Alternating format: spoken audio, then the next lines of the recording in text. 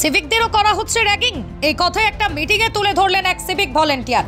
ঘটনা আলিপুরদুয়ার জেলার ফালাকাটায় ওয়েলফেয়ার মিটিংয়ে কিভাবে সিভিকদের র্যাগিং করা হচ্ছে সেই কথাই তুলে ধরলেন ওই সিভিক ভলেন্টিয়ার। ওই মিটিংয়ে নিজেদের দুর্দশার কথা বলতে গিয়ে কান্নায় ভেঙে পড়লেন ওই সিভিক ভলেন্টিয়ার।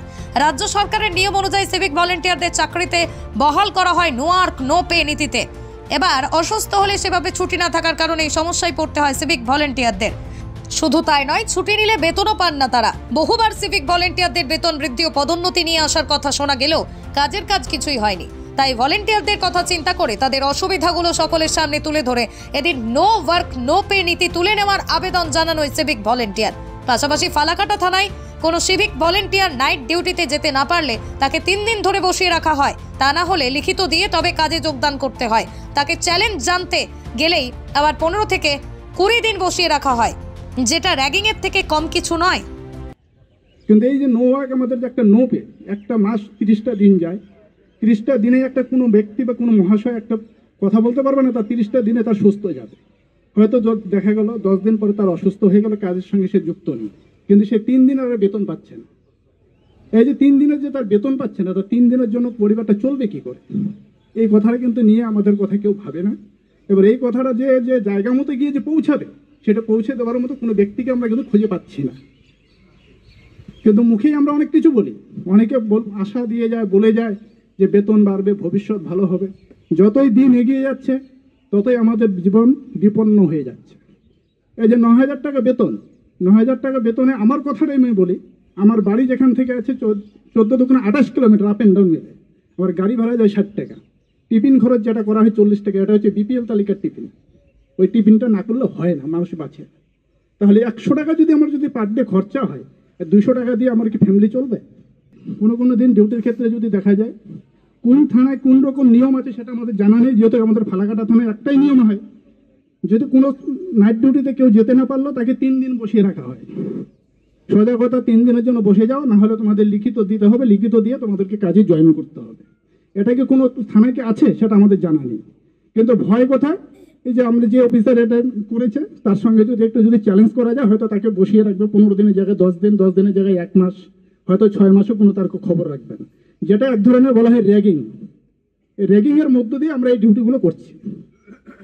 কিন্তু সাধারণত আমি নাইট ডিউটি এখনো করি না, আমি ট্রাফিক ডিউটিও করি ফালাকাটা থানায়। এইভাবে ডিউটি করে যদি আমাদের চলতে হয়, যে আমরা রোজগার যেখানে আমরা আজকে কাজের সঙ্গে যুক্ত আছি, সেই কাজটা করতে গিয়ে যদি আমাদের পরিবারের বাবা মার হাতে যদি 2 মুঠো ভাত দিয়ে যদি তাদের মুখে যদি হাসি ফুটাতে না পারি, তাহলে এই কাজের সঙ্গে যুক্ত থেকে তাহলে আমাদের লাভটা কি? আমাদের প্রত্যেকের ফ্যামিলি আছে, প্রত্যেকের বাড়িতে ভাই বোন আছে, বাবা মা আছে, পথ চেয়ে থাকে যে ছেলে একটা কাজ করে মাসের শেষে যা বেতন পাবে তাই দিয়ে আমার সংসার। কিন্তু আমাদের সংসারে চলে না। এখন নিয়ে পূজার সময় আসতে থাকে ভাই বোন, তারা বলে সে বোনকের টাকা দিয়ে আমাদের কিনে দিবে। 5,000 থেকে 300 ঘটনা করার পরেও আমরা 5,000 পাইনি। টাকা পেয়েছি আমরা 2,000, 3,300 টাকা কোথায় গেল এটা আমরা খবর পেলাম না।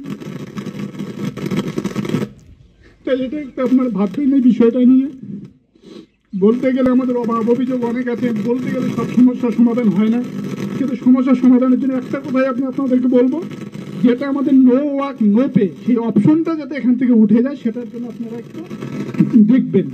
পরিশ্রম করা মানুষের পরিশ্রম কখনো বিফলে যায় না, এবং এটাও সত্যি WBCS সিলেবাস ভালোভাবে পড়া ছেলে মেয়েদেরও WBCS না হলেও কোনো না কোনো সরকারি চাকরি লেগেই যায়। তবে এর জন্য দরকার স্মার্ট হার্ডওয়ার্ক। সেই জন্যই আমরা অর্থাৎ success competitive coaching, success academy hub সর্বদা প্রস্তুত। তোমার স্বপ্নের সরকারি চাকরি ক্র্যাক করতে আমরা সাহায্য করব তোমাকে। বেসিক থেকে অ্যাডভান্স লেভেলের যাবতীয় সিলেবাস পড়াবো আমরা। WBCS, WBPKP, SSC, SLST, TET rail, army, bank সহ ইত্যাদি চাকরির প্রস্তুতি আমরা করিয়ে থাকি। আমাদের অনলাইন এবং অফলাইন ব্যাচে ভর্তি চলছে। যোগাযোগের নাম্বারটি হলো 9647617485। আমাদের অফলাইনের ঠিকানা আরামবাগ বাস স্ট্যান্ড, 4র্থ তল, সাকসেস কম্পিটিটিভ কোচিং অথবা সাকসেস একাডেমি হাব, যা তোমার ফ্রেন্ডস, philosopher and guide. কি গো, আমার নেকলেসটা কেনার ব্যাপারে কিছু ভাবলে? কোথা থেকে কিনবে? সমস্যা হলো কে যে কেমন জিনিস দেয়। এই সর্বকালের প্রথম আলমগিনি প্যালেসের সোনার গহনা, দামও মজুরি সাধারণ জুয়েলার্সের মতোই। প্রচুর চোখ ধাঁধানো নিত্য নতুন এক্সক্লুসিভ গহনার ডিজাইন, যা আপনাদের মন কাড়ার মতো। বাহু, অন্নপ্রাশন অথবা যে কোনো অনুষ্ঠানে আপনার পছন্দ মতো গহনা অর্ডার নেওয়া হয়।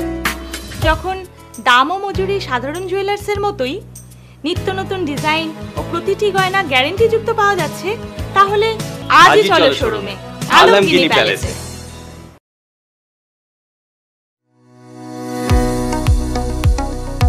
কতুলপুরে সর্বপ্রথম এমআরআই পরিষেবা যুক্ত 110 বেডের মাল্টি স্পেশালিটি হসপিটাল হলো মেডিকেয়ার জেনারেল হসপিটাল। স্বাস্থ্যসাথী মান্যতাপ্রাপ্ত এই হসপিটালে রয়েছে A C, non A C cabin, modern O T, I C C U, N I C U, micro surgery, dialysis বিভাগ, ব্রেন ও spine surgery, cancer surgery, lift সহ নানান পরিষেবা। এছাড়াও রয়েছে সিটি স্ক্যান পরিষেবা যুক্ত নিজস্ব ডায়াগনস্টিক সেন্টার, ডক্টর চেম্বার্স, ওষুধের দোকান সহ 24 ঘন্টা অ্যাম্বুলেন্স পরিষেবা। 24 ঘন্টা অ্যাক্সিডেন্ট এমার্জেন্সি, রোগীর সুচিকিৎসা, সুপরিষেবা এবং সুস্বাস্থ্যই হলো আমাদের মূল লক্ষ্য। ঠিকানা সরিষাদিঘি, কতুলপুর, বাঁকুড়া। যোগাযোগ নম্বর 9434216662 অথবা যোগাযোগ করুন 9732212924 এই নম্বরে।